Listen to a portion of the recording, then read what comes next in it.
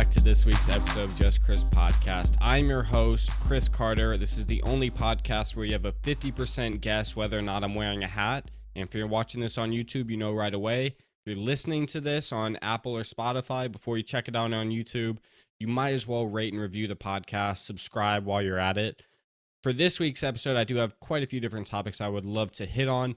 But before we get into that, I do want to hit back on last week's episode where I had Jonathan Barrett on the podcast. Incredible opportunity getting him to come on and speak. It's been months since I've spoken to him before. And, since we recorded last week, I feel like I've definitely talked to him about every single day. And near the end of last week's episode, well, if you haven't had the opportunity to listen to it, pause this episode right now. Go back to that episode, listen to it. Very, very good episode, in my opinion. I had a great time catching up with him. But for last week's episode, near the end, we talked about how he was just now releasing a podcast. And actually, as I'm recording this right now, it's a Wednesday evening. He went and released his very first episode of his podcast for the masses last night. So again, this week, I did it last week. I'll plug his description, or I'll plug his info in the description below. Check that out. He is in the process of getting that uploaded to Apple, Spotify, all of the major places where you consume podcasts. And I had the opportunity this afternoon to sit down while I was at work and throw on some headphones and listen to his podcast. And I was incredibly, incredibly impressed with his work. He had a great interview with a close friend of his. They talked on a broad range of different topics. And I would say the theme of it is a lot of leadership and self-development. And I think he hit on that very well. And, when I concluded the episode, I sent him a text, just let him know how much I liked the episode. I pointed out a couple things here and there that stood out to me regarding the episode and the topics. And it took a second, but I did find a lot of similarities between my podcast and him, like the way he approached guests, the way he composes questions, the way he leads into topics, and kind of around the topics that are kind of similar with the topics that he does discuss with his guest. So I'm looking forward to more episodes being put out by him once he gets all that up and running. It's great to see him really following something that I feel like he's truly passionate about, because for as long as I've known him, he's been very, very big on self-development. You heard it last week. I'm looking forward to more episodes. He says he's going to get me on the podcast soon, and I'm looking forward to that. But until then, we're just going to keep going at it episode by episode. Again, episode 27. We're moving up in the world. It's crazy to me.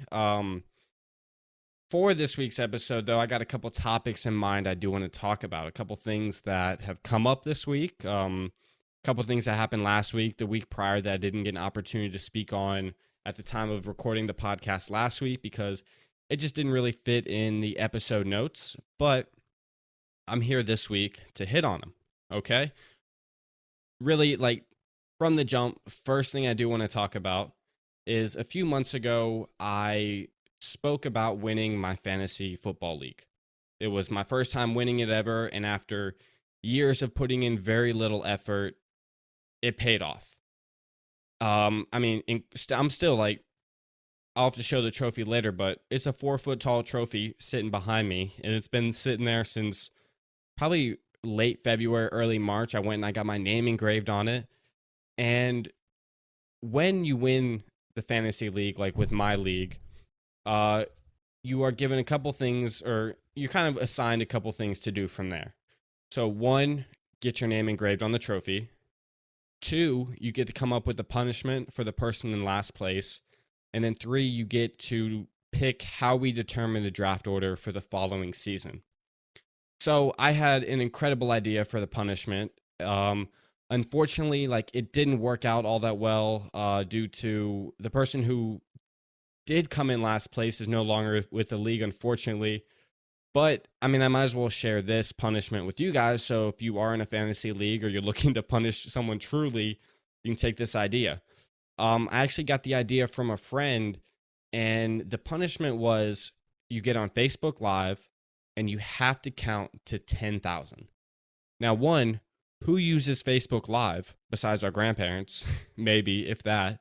And 2, it's going to take hours to count to 10,000. Trust me, done the math for it. I've looked it up. I think it's a bit over 2.5 hours, maybe 3 hours.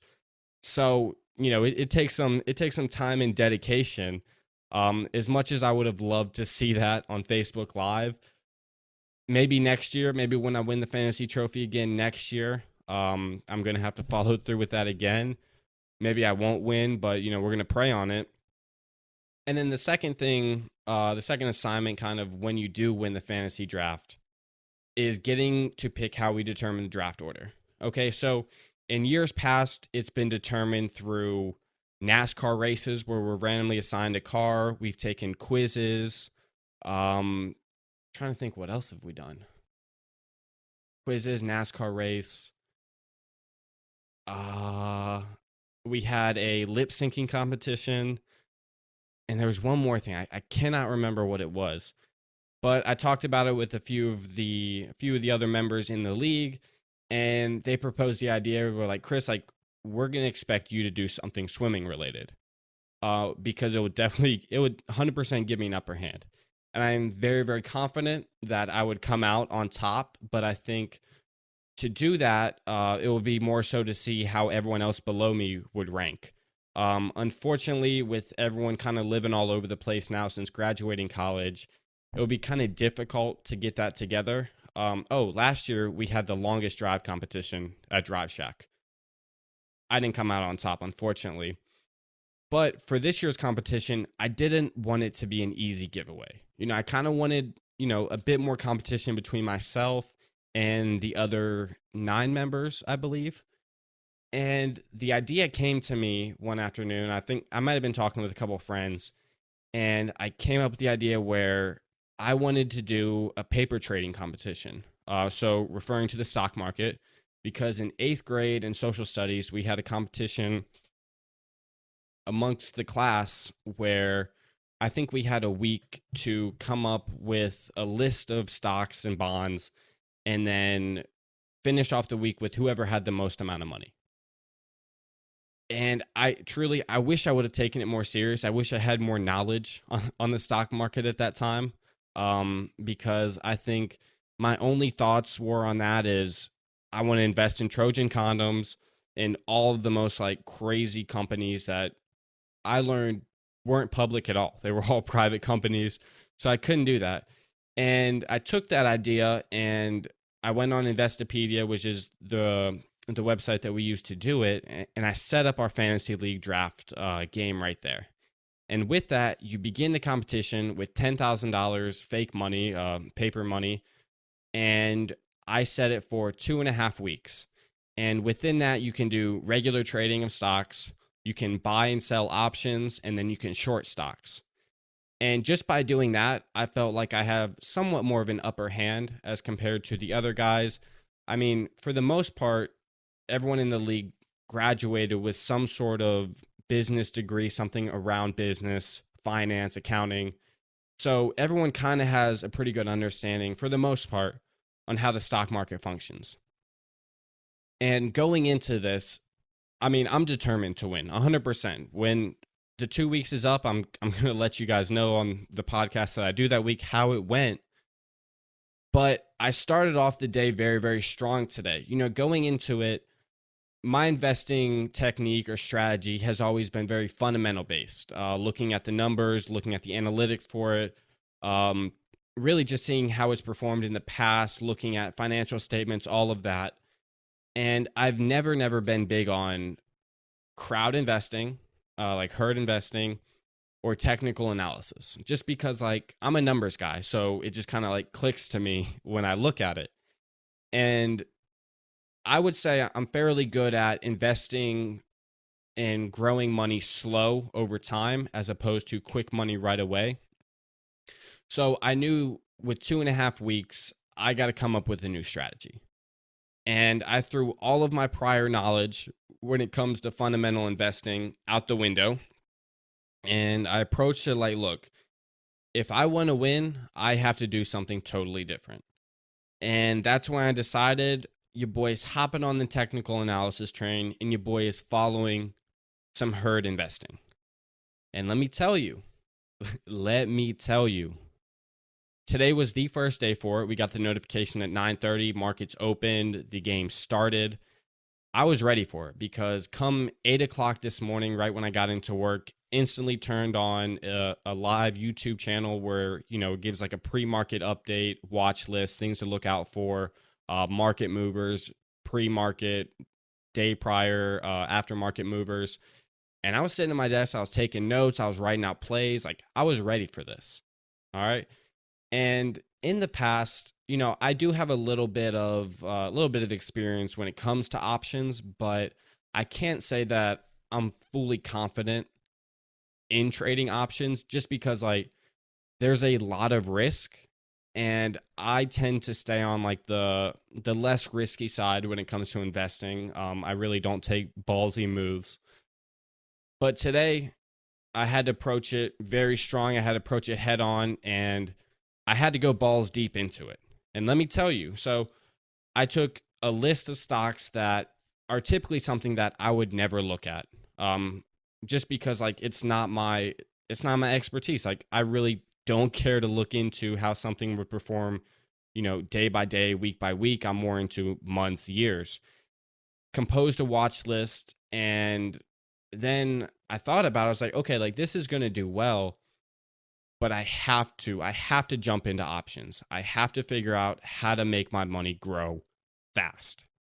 And after consulting a couple friends who I would say are very good at options, they've made a lot of good plays in the past. Talked to a couple people, got some suggestions on things to look out for, plays this week.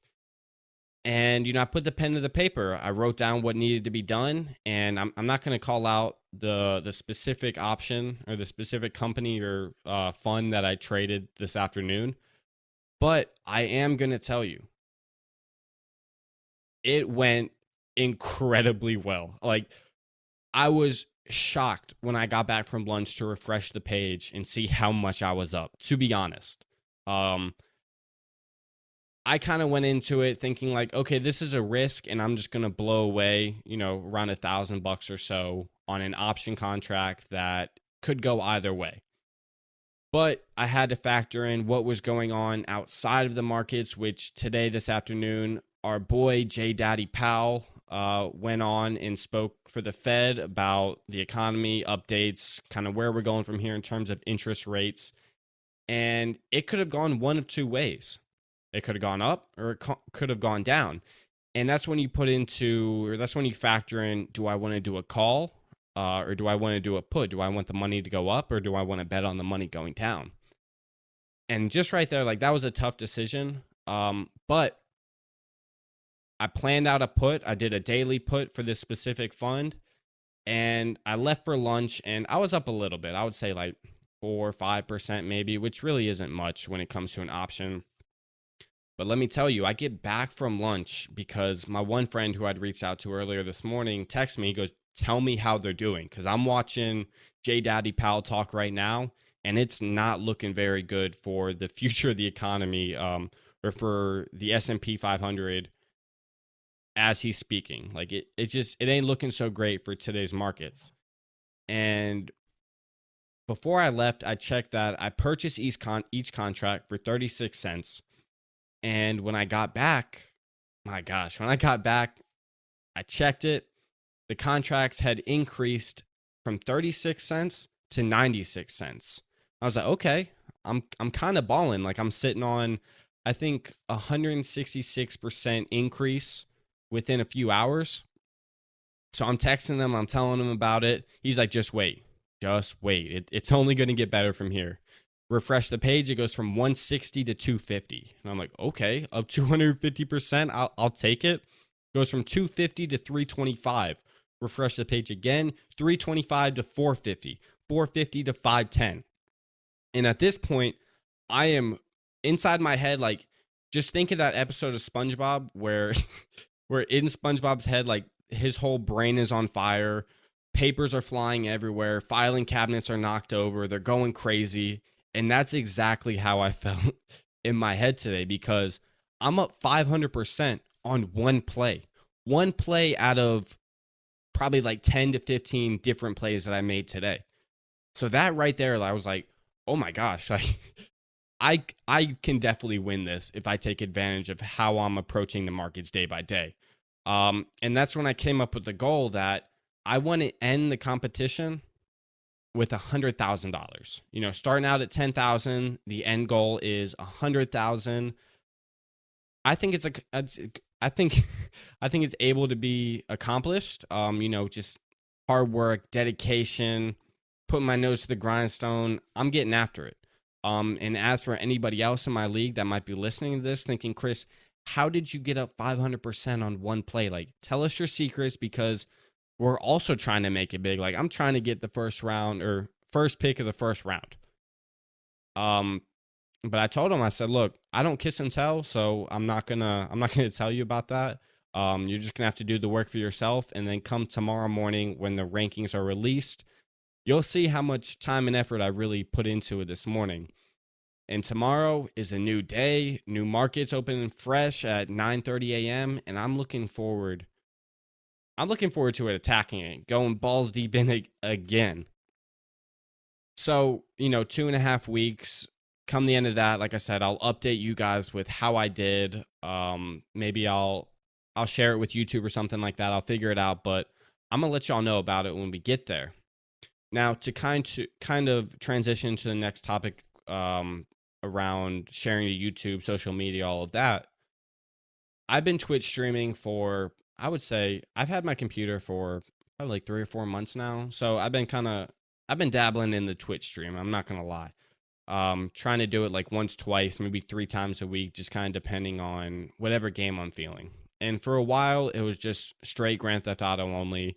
And I knew that if I wanted to gain a following, I had to diversify a little bit. So I transitioned from Grand Theft Auto. I played GeoGuessr for a while, which Greg and I, one of my older guests, had on the podcast. Him and I discussed that.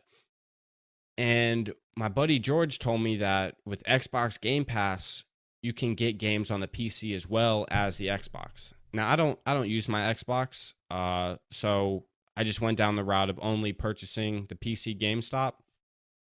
And with that, I was able to get Minecraft. Sounds nerdy, I know, roast me for it.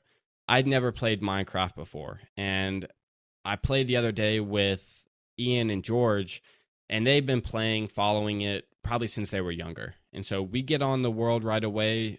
We set up a nice mod for us, and they know what to do instantly. And I'm sitting here trying to figure out, how do I plant trees? How do I cut down the wood? How do I make an axe? All of that. Like, I didn't know a dang thing. And for the people watching my stream, we're probably thinking like, dude, you cannot be serious. Like, how do you not know these simple concepts? Well, considering it's my first time ever playing Minecraft, I don't know. I'm learning slowly. But the other game that I also got into was Sims 4. And I grew up playing Sims. I got on the PS2 when I was younger. We went from one of the very first Sims games that came out into, I played it on PS2, Xbox 360, played it on Xbox One, and now I'm back playing it on the PC. And I had the idea last night, like, okay, I'm gonna stream me playing Sims, just see how it goes. Just something to do to pass the time. And so started streaming it last night. I started up the game, created my character, created like my goals and aspirations and everything. And I started playing the game. One, I skipped the tutorial.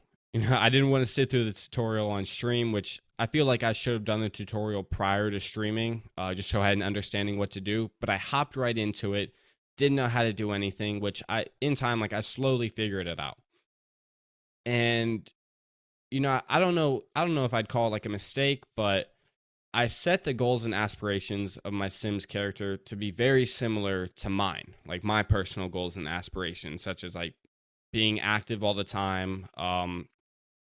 What else? Being active, super focused on work, super focused on extracurriculars, things like that. And it wasn't probably until like an hour into the stream where I realized like I'm literally simulating my own life, to the point where each day that progressed was like the exact same, like identical to how my days go. So for example, like I start off the day, make breakfast, go to work for 9, 10 hours, whatever, come home, work out, eat, shower, and then whatever spare time I have after that, spend time with family, socialize, and then try to get on my computer at the end of the night just to, try to play a quick game or two, do some online research, whatever. And as I'm playing, I found myself following into like the same trends. My character wake up early, cook breakfast, go to work all day, come home, work out, eat dinner, shower, socialize, and get on the computer. And it was to a point where like the day was the exact same as mine in terms of like a timeline. Like by the time I finished all of the things that I had to do, it was, like 11 o'clock in the game. And I'm like, okay, like I got time to hop on the computer, play computer games for my character, study programming.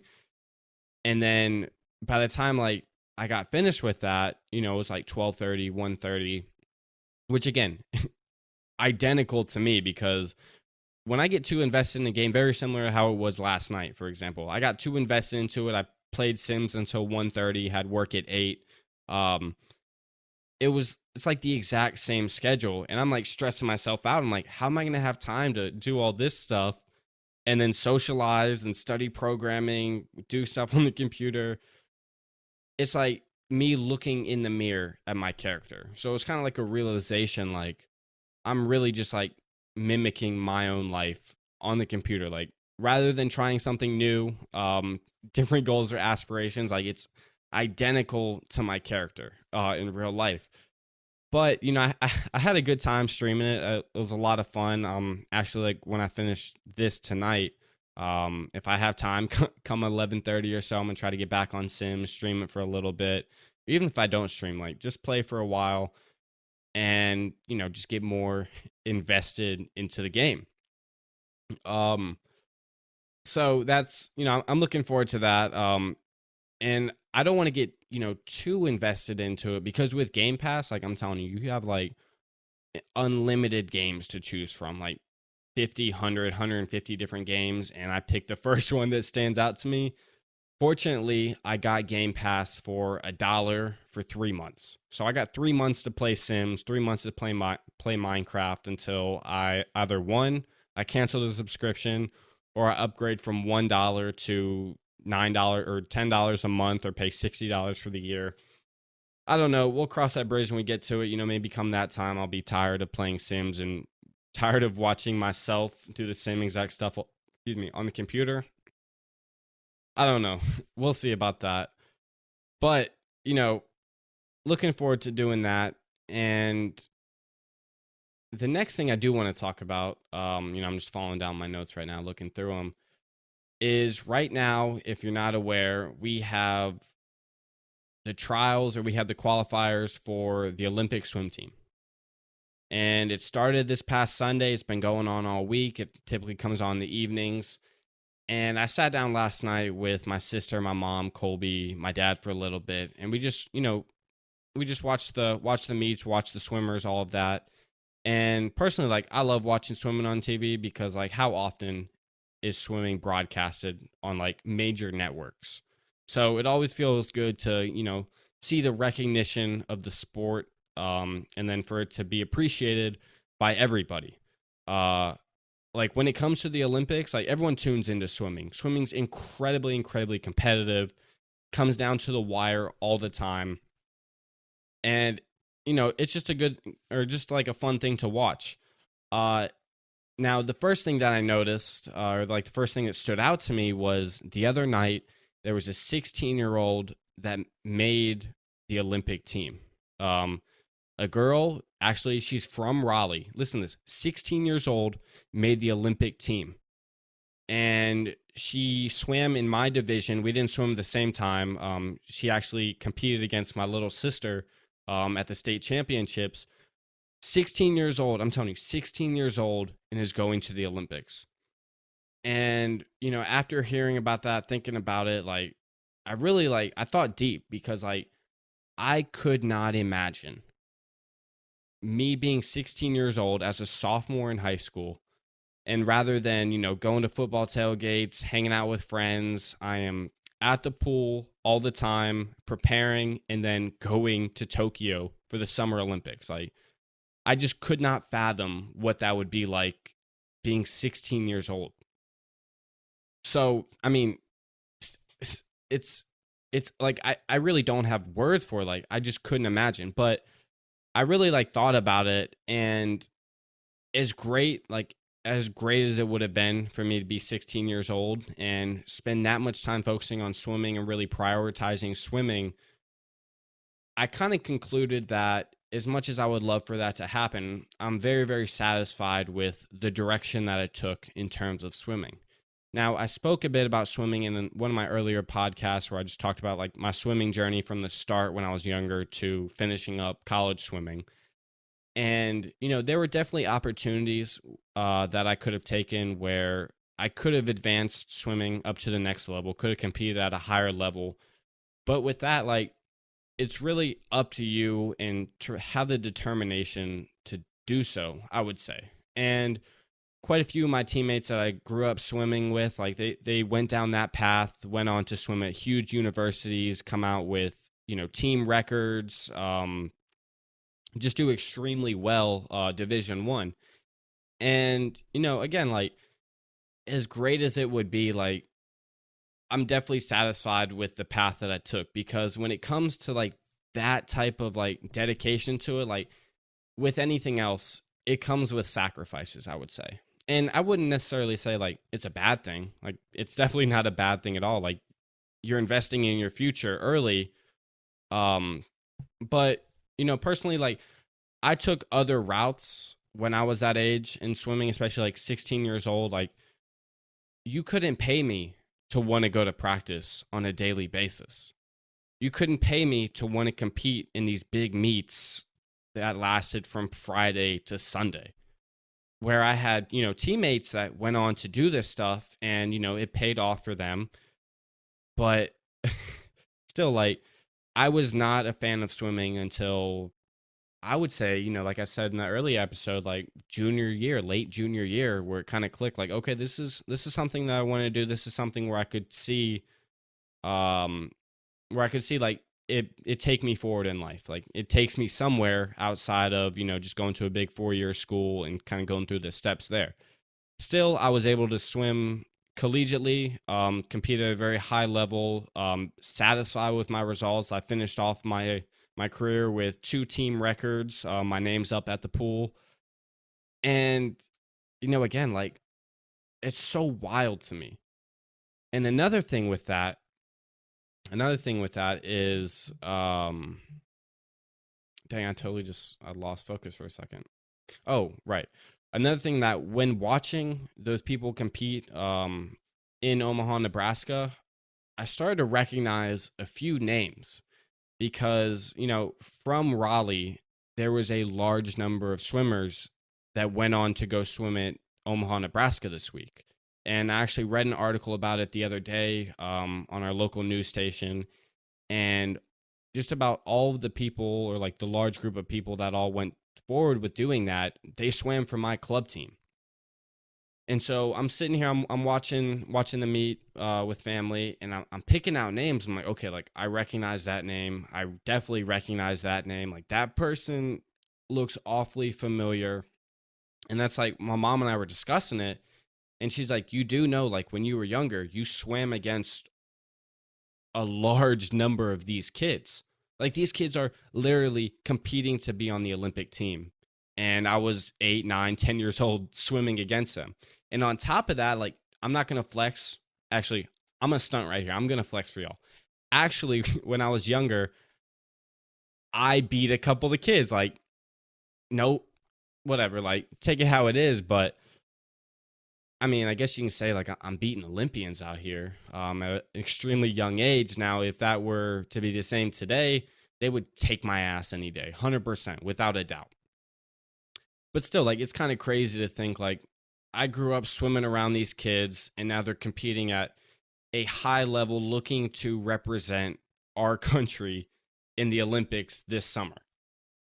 And that's a crazy thing to think about. Like, how many other people are able to say that they swam against, well, I mean, if you're a swimmer, that does compete, at a higher level, you are probably able to say like you swam against some of the people who are progressing on to Olympic trials, Olympic teams, doing well at NCAA's. But still, like outside of the swimming community, like how many people can really relate to something like that? Just think about that. It's kind of wild to me. But I am super stoked to watch the Olympics this year. I'm super stoked to watch the men swimming, the women swimming. More stoked to see how that 16-year-old does. Because rather than, going to history class, whatever, like you're just no flex, like you're just spending the afternoon in the Olympic Village. Could you imagine that? Oh my God. That'd be crazy. But, I think Team USA is going to come out on top again. Looking forward to seeing all those people compete. Looking forward to seeing people I used to beat back in the day, way, way, way back in the day. Looking forward to seeing them do well. I think it should be a good Olympics. There was a lot of talk about them canceling the Olympics again and postponing it. And then they came out recently that Japan had lost a large number of volunteers when it came to the Olympics. And that's a bummer because actually, like, if this would have been the case last summer and, COVID wouldn't have happened, I would have been in Tokyo around the same time that the Olympics was going on. So, I mean, if they're that in that much need of volunteers, your boy has his passport, might call off of work for a couple of weeks and, go volunteer at the Olympics. Highly unlikely, but I mean, wouldn't that be crazy to think like I'd be out there in Tokyo? I don't know, just a shower thought, just something to ponder on. Now, the last thing I do want to talk about because I was looking forward to these two dates for months and months in advance. And I hit on it a while back where I discussed the outcome for what was going to happen. And, my outcome was correct. Run me my money also. But I talked about how Jake Paul was going to be boxing Ben Askren and how Ben Askren really just took a fall early in the match, got his bag, then walked out. And then shortly after that, Logan Paul came out and said he was fighting Mayweather. And then shortly after that, TikTokers and YouTubers were like, okay, we're getting on this train. We're making dough. We're going to start boxing too. So when I heard about the dates being set to that, like my little sister and I had talked about it for ages. Like we're stoked to see these fights. I'm stoked for, what's going to happen. And the first fight that happened was Logan Paul versus Floyd Mayweather. Now, one thing that, I think people didn't realize going into it was there weren't going to be any judges and there really like wasn't going to be a definite winner unless there was a knockout. I think it was 8 rounds, maybe 2 minutes each, minute and a half each. And I was on Logan Paul's side. I wanted to see the YouTuber knock out the greatest boxer ever. And, I tried my best to get the stream pulled up. I went down all the different avenues you would take, crack streams, Googling Logan Paul versus Floyd Mayweather stream just on Google, looking it up on Reddit. And then my friend told me, he's like, just look it up on Twitch. Just look up, like Boxing Champion 2021, and there's going to be people streaming the fight that way. So I was able to pull it up. I got to watch the full fight, couple lags here and there. A couple times I had to switch streams because Twitch shut them down. And, I thought Logan could do it. I really thought he could. And when I say like he could do it, like he could knock out Mayweather. Chris, what are you thinking? Thinking that, just some kid could knock out the greatest boxer ever? I don't know. But, I sat through all 8 rounds, and round after round, I'm praying. I'm like, all right, like, Logan, let's see all this hard work pay off that you've been talking about. Let's see you put in the work you've been talking about. And what happened? They made it all 8 rounds, and that's it. That's it. There was no winner. Again, like I said, no winner. And, I'm sure people bet big money on these fights. I think, for example, to win $1,000 with Floyd Mayweather, you had to. Oh, wait, how'd it go again? So he was like minus 150. And then Logan Paul was plus 150. So you know how betting works if you don't. I understand in my head, but putting in words is more difficult. Logan did not have the odds in this. Floyd Mayweather did. And for all the people that, did put stupid money down to see Logan win, did put stupid money down to see Floyd Mayweather win, there was no winner. Like, it just happened. That's it. And, what I concluded is that it was just a show. They just put it on. They made dough. They caked off of it. And that's that. I really don't think there was like a real intention of Floyd Mayweather actually knocking out Logan Paul. I think he easily, 100% could have the potential to do so.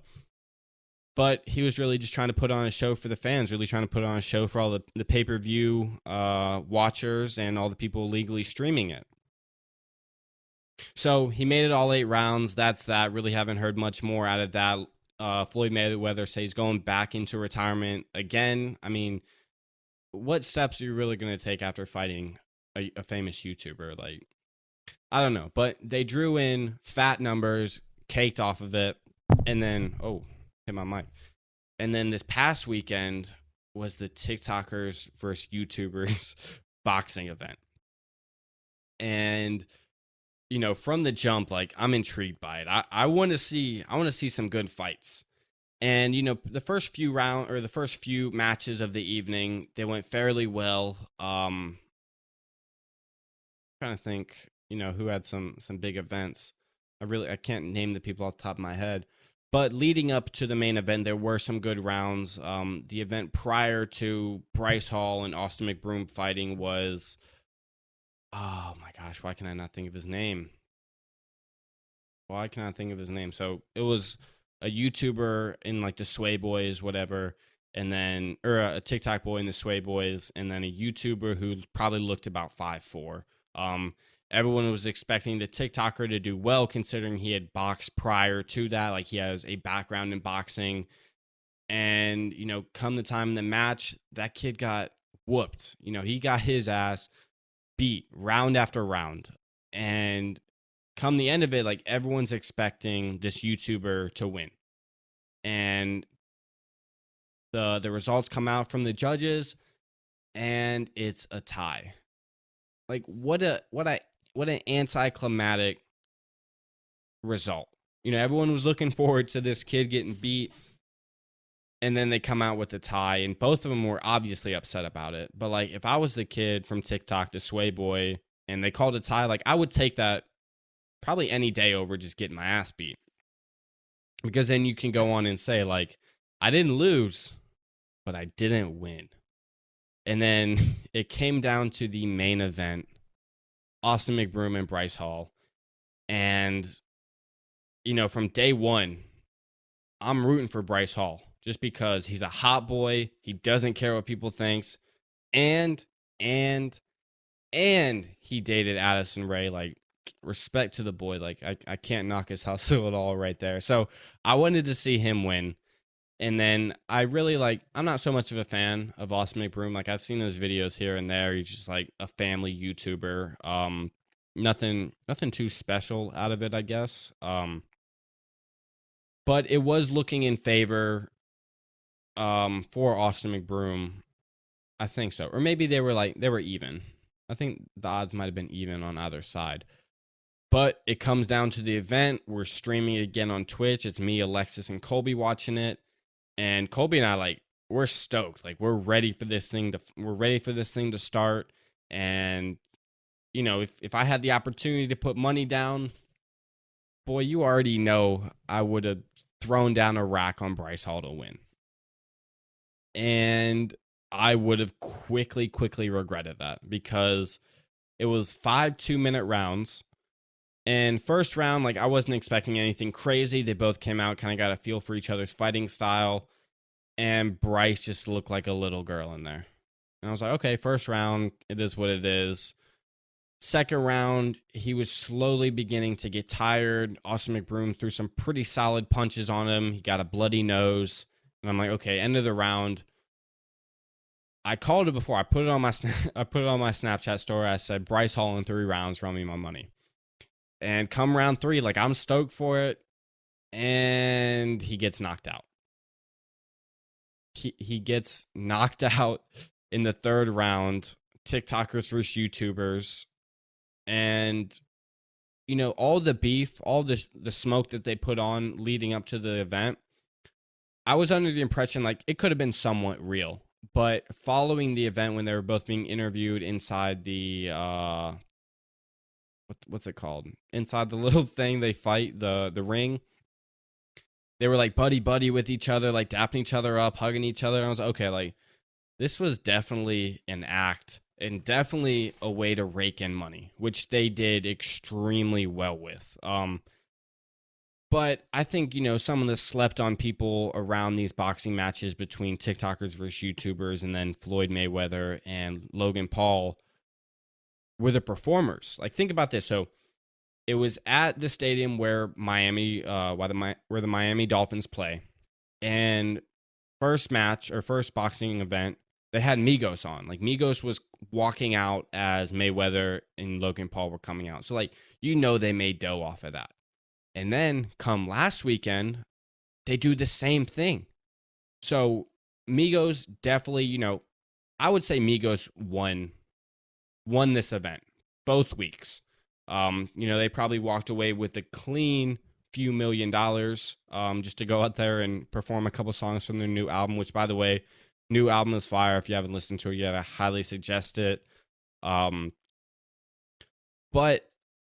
I guess everyone's into boxing now just because it's an easy way to make a ton of money. And from what I saw on social media, or from what was I just saw on Snapchat, because, you know, I don't have anything else. I don't have Twitter, Instagram, none of that. Is now the girls of TikTok are talking about wanting to fight. Now that'll be interesting. And, you know, I guess I can save that story for another day. You can only imagine, you know, the results of how that would be, exactly who would be fighting there. I'd be down to watch it. Would I pay for it? No. Would I put money down on it? Maybe. We'll see. If they can come up with something like that, more to them. If they can absolutely cake off a pay-per-view, pay-per-view purchases, more to them. But I guess it's a waiting game until then. So, you know, that's what I have for this week's episode. You know, I wrote some notes out going into it, and I kind of just went off the top of the head, went off the top of the dome a little bit and improvised. Last thing I do want to talk about, very last thing, is shout out to JB for being the newest podcast supporter. You know, after we finish up the podcast, I put it out. I get an email, tells me JB is my newest supporter of the podcast. Shout out to him. And, you know, to elaborate more on the podcast supporters, I talked about it a bit in the episode prior to last week's. I'm going to expand on a little bit right here. The money is being used to fund any type of production costs, for example, like mics, equipment, subscriptions, software, things like that. And I was talking about it with George today, just, you know, coming up with a list of things that, like, I would find absolutely, like, essential to boost the podcast. And the first thing that I shared with him is, you know, I want a little soundboard for the podcast. And I've been looking up prices lately, and, you know, they're in the range of me being able to purchase it. So I am thinking a soundboard is going to be the next step for the podcast. I really think it will be able to give me that level up in terms of adding stuff to the podcast during recording as opposed to post-production stuff. So if I want to come up with, you know, the train horns like we hear in the clubs, like mid-podcast, I could just tap the button and that's all you're going to hear. Come up with police sirens, it's right there. But yeah, so that is going to be next on the list of purchase. Following that, I have a couple more things in mind. Couple more things I do have to cover in terms of costs and expenses. But again, shout out to all the podcast supporters. My first newsletter is going out tonight, Wednesday night, June 16th. So if you're a supporter, keep an eye out for that. And, in the meantime, the link is in the description if you're not a supporter already. Like, you might as well just check it out. Just click on it, just check it out, get a feel for it. It's up to you, but I'm not going to beg you to. But that's what I got for this week's episode, guys. I appreciate you all listening to me talking about the NFL draft coming up. I'm talking about me streaming my exact life on Sims, trying out Minecraft, talking a little bit about the Olympic trials and how I've swam with these people who are going to be on the team, and then hitting on, two of the biggest events probably known to man, Logan Paul and Floyd Mayweather, and Austin McBroom and Bryce Hall fighting. So that's what I got for this week's episode, guys. Thanks for listening. I look forward to talking to all of you next week. Subscribe to the YouTube channel, rate and review the podcast, Apple, iTunes, or on iTunes, Spotify, CastBox, Radio Public, Breaker, any of that stuff. I'm there again. So I will talk to all of you next week. And you got any questions, comments, concerns, whatever you have to say for the podcast, shoot me an email, judgechrispodcast@gmail.com. Guys, thanks so much, and see you all next week.